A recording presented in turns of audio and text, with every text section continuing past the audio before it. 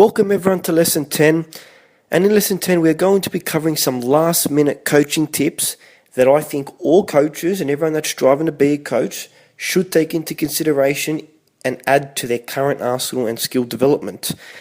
Now without further ado, let's move on to tip number 1 of Emil's last minute coaching tips. Tip number 1, take time to watch random sports on TV.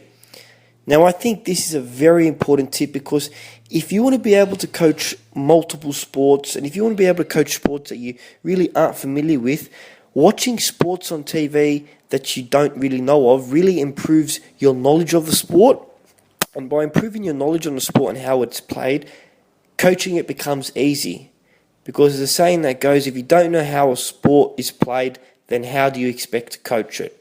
So even watching 5-10 minutes of, let's say, tennis or 5-10 minutes of rugby, for example, if you're not familiar with that sport, by spending time watching how the sport is played, coaching it becomes much more easier because you understand the fundamental skills involved, and therefore you're able to now structure a coaching session that works on these skills in which the sport is played at. Tip number 2, trial different things. Now, what do I mean? Let's say you coach on a consistent basis once a week, twice a week for an hour or two or whatever it may be. Now, rather than sticking to the same coaching session every week, same warm-up, same routine, same drills, same everything, trial something new, add something different to the session. By doing this, you're able to explore different areas of your coaching ability and you're able to maybe create something that your clients enjoy very much.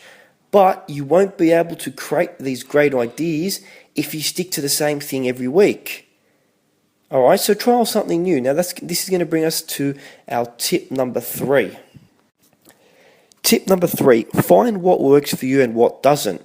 Now, tip number 2 and tip number 3 are interconnected because you can't find what works for you if you're doing the same thing every week. So if you're not trialing new things, then it's simply put you won't find what works because it's going to be the same thing going every week.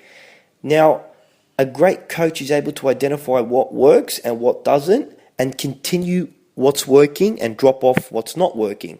Simply put like that.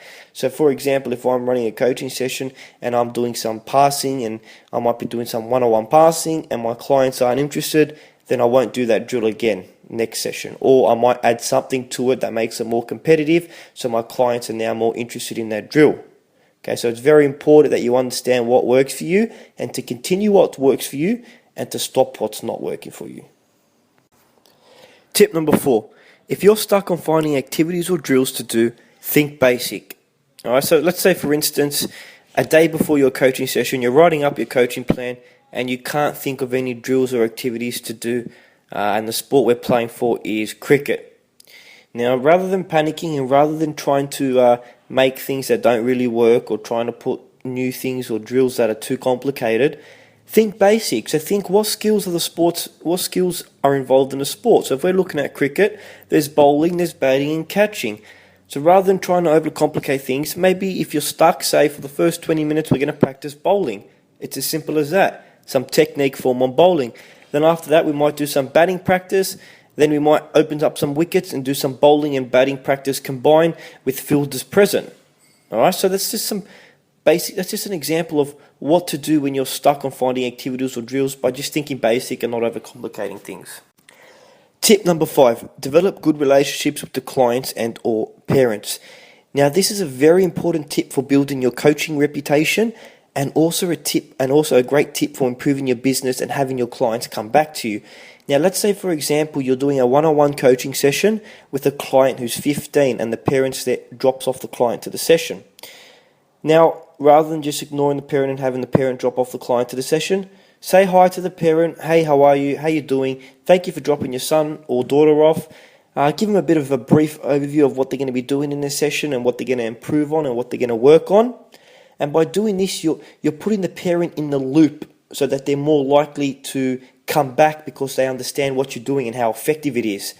Alright, so it's very important to develop great ties with your clients because the main method in which your coaching reputation increases is through word of mouth. Word of mouth is a very important thing for a coach and a coach's status. You want to develop a good word of mouth so that you have parents going towards other parents or clients going to other parents, say, hey, I just did this coaching session with so-and-so. He's actually a very good coach. I really recommend him. Next thing you know it, you got someone call on your phone saying, hi, so-and-so told me that you're a good coach. I'd like to book my son or daughter in for a coaching session. All right, so word of mouth is a very important thing, and we develop good word of mouth through positive relationships with the parents and clients. Tip number 6, be fair and equal. Avoid bias action. Now, this is especially important when you're coaching a group of clients, and it's very important that your actions and your decisions are equal across the board to everyone. All right, and this has really bounced back on me in the past where I had a personal friend involved in my coaching session, and obviously the element of favoritism is very hard to ignore when it's your personal friend. So other people picked up towards and said, "Hey, why isn't so and so doing this?" Or "Hey, So it's very important to be fair and equal and to avoid any bias actions. So it's always important to cover yourself in that aspect and be fair across the board. So if you're saying 10 push-ups for everyone, then you've got to make sure everyone does 10 push-ups and no one gets exempted to do 5 push-ups, for example, unless there's a situation or case where they only can do 5. Tip number 7, stick to your word. Now, this is a very important tip to consider so that you don't corner yourself when coaching. Now, let me provide you, for example. Let's say you're running a boot camp class and you say, all right, we're going to be doing this exercise, so-and-so, and the work time we're going to be doing is 30 seconds. Now, let's say you go over 30 seconds because you're not counting, and your clients pick up on it and say, hey, it's been 30 seconds already, and they get frustrated because you're going over 30 seconds because you lost time. Rather than saying 30 seconds, say, I want you to perform this and this exercise until I say stop. So that avoids any chance of you cornering yourself because you don't set a time frame that you have to work in because you're calling when you want to stop the exercise. All right, so that's a great little tip to consider that will avoid you being cornered and will avoid any frustration that develops amongst your clients or your audience. Tip number 8, be confident in everything you say. Arguably the most important tip from these 10.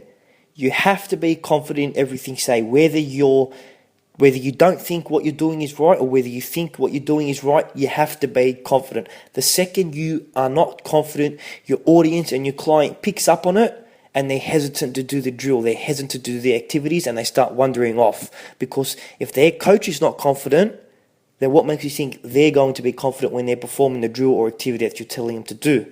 So it's very important that you be confident in everything you say because it really sells yourself as a coach.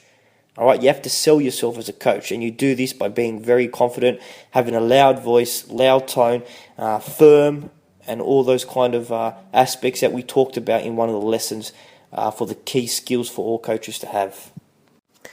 Tip number 9, time manage your session so it is efficient as possible. Now, we covered this tip in one of the lessons, but it is very important that when you're doing a coaching session that you use the full amount of time as efficient as possible and there's no time wasted at all. Now, you do this by preparing beforehand what you might need to do. So let's say, for example, from 0 to 20 minutes, we're going to do a warm-up. From 20 to 30 minutes, we're going to do some ball work, etc., etc. So it's important that you lay out the coaching plan beforehand so that when the coaching session begins, boom, straight away you know what you're doing. From 10 to 10:15, you got X, Y, and Z on. From 10:15 to 10:45, you have this on.